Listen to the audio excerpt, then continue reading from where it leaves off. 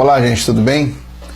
Eu fui desafiado pelo meu amigo, meu irmão de Brasília, Enaildo Viana, a falar sobre o momento político do Brasil.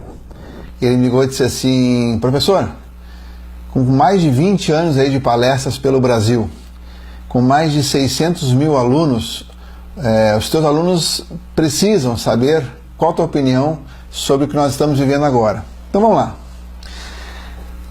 Eu acho que quem tem mais de 50 anos, que é o meu caso, tem a obrigação de passar para os nossos jovens o que realmente nós vivemos na nossa infância, na nossa adolescência. Tá?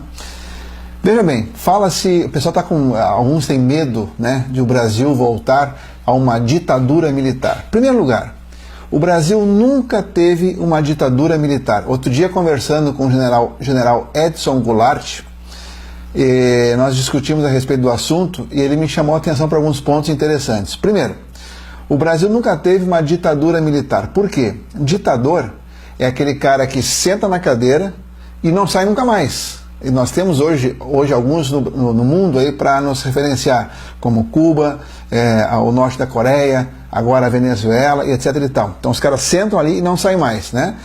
O exército esteve no comando de 64 a 85, então foram 21 anos, certo? Por ali passaram o Castelo Branco, Costa e Silva, Médici, Geisel e Figueiredo.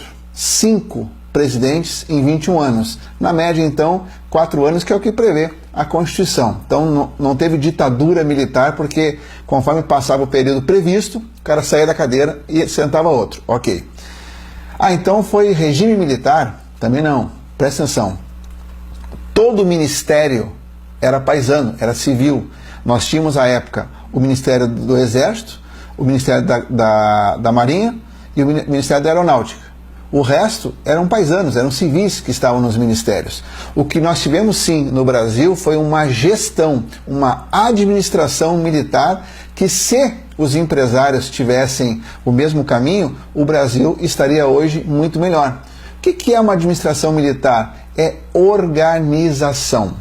Por exemplo, se eu vou fazer uma palestra, eventualmente eu faço palestra para o Exército, para a Marinha e para a Aeronáutica, eu tenho algumas certezas quando isso vai acontecer. Por exemplo, quando eu chegar no aeroporto, com certeza a viatura estará ali me esperando já no horário previsto. Militar cumpre horário.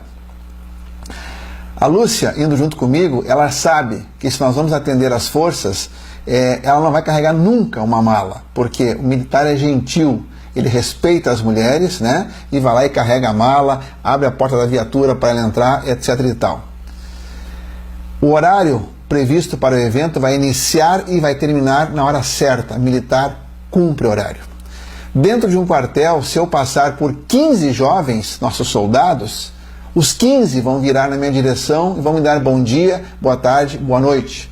Militar ensina educação, militar aprende educação no trato com as pessoas, né? Todo mundo sabe que eu falo muito sobre pais e filhos e sabe que eu sempre recebo muitos elogios com relação a como meus filhos foram criados. E um detalhe, eu os criei numa administração, vou falar então aqui de regime militar, pronto, para o pessoal se satisfazer, regime militar. Foi assim que eu criei meus filhos.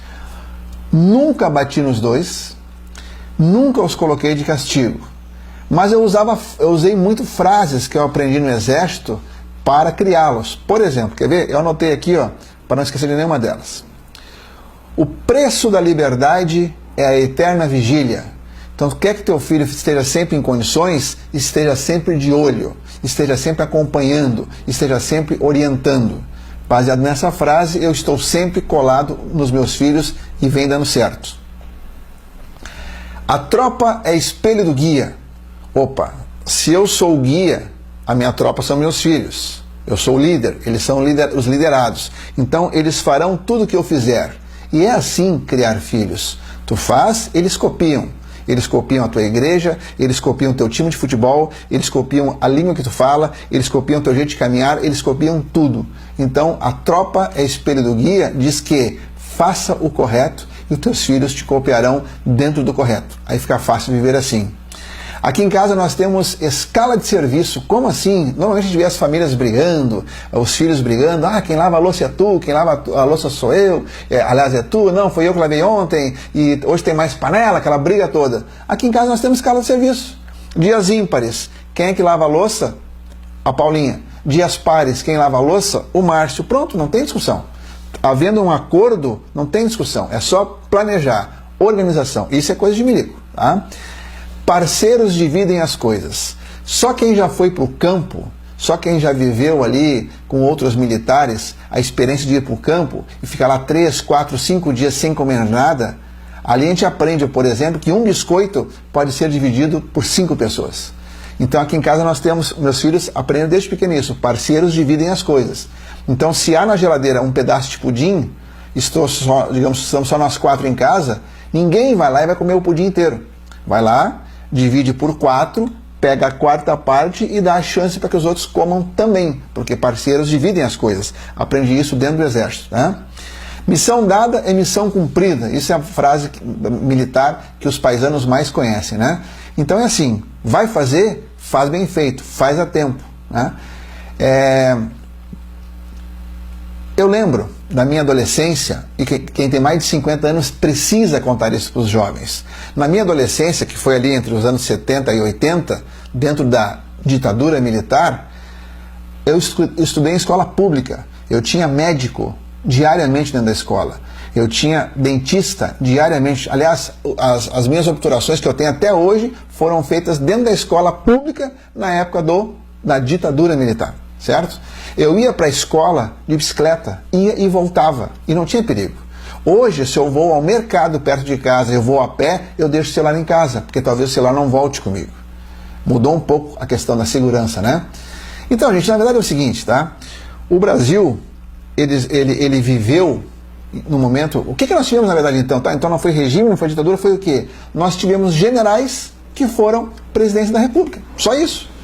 Agora, claro que, como todo militar, eles cobravam ordem, organização. Aí sim, com a ordem se vai ao progresso. Isso todo mundo sabe. Então, as pessoas de bem, as pessoas que fazem o correto, as pessoas que seguem a linha reta, não tem o que temer. Ah, mas falam aí do nosso candidato, né? Homofóbico, então o militar é homofóbico. Gente, na época da ditadura militar, por exemplo, o Ney Matogrosso ficou famoso. Dúvidas que ele sempre foi gay, todo mundo sabia, né? E ninguém mandou matar o Ney Matogrosso. O Cazuza, né, iniciou sua carreira enquanto havia ditadura militar. Ninguém mandou matar o Cazuza. Então isso é bobagem. Entendeu? Então nós temos que... Hoje nós temos o Google, nós temos o computador. Vai para dentro do Google e pesquisa a história do Brasil. Entendeu? E aí sim, aí tu vai ter condições de saber o que fazer nas urnas agora no próximo domingo. Tem uma frase do Otto von Bismarck que diz assim, ó: nunca se mente tanto como antes das eleições, durante uma guerra e depois de uma caçada. Eu coloquei como título do vídeo um grande erro do exército. Para quê? Para chamar atenção, porque você assistisse esse vídeo, né?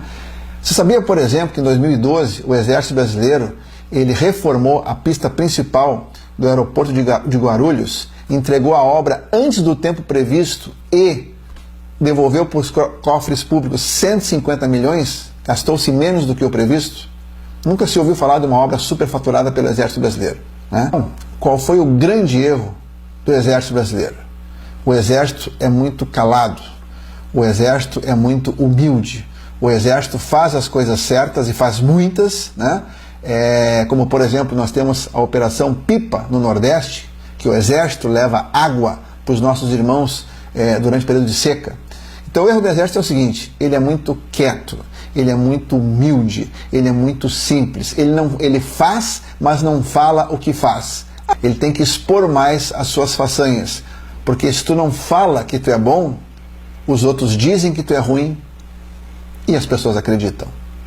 Vamos lá, vamos erguer o nosso Brasil a partir do dia 28 nas urnas. Tamo juntos. Brasil acima de tudo, Deus acima de todos.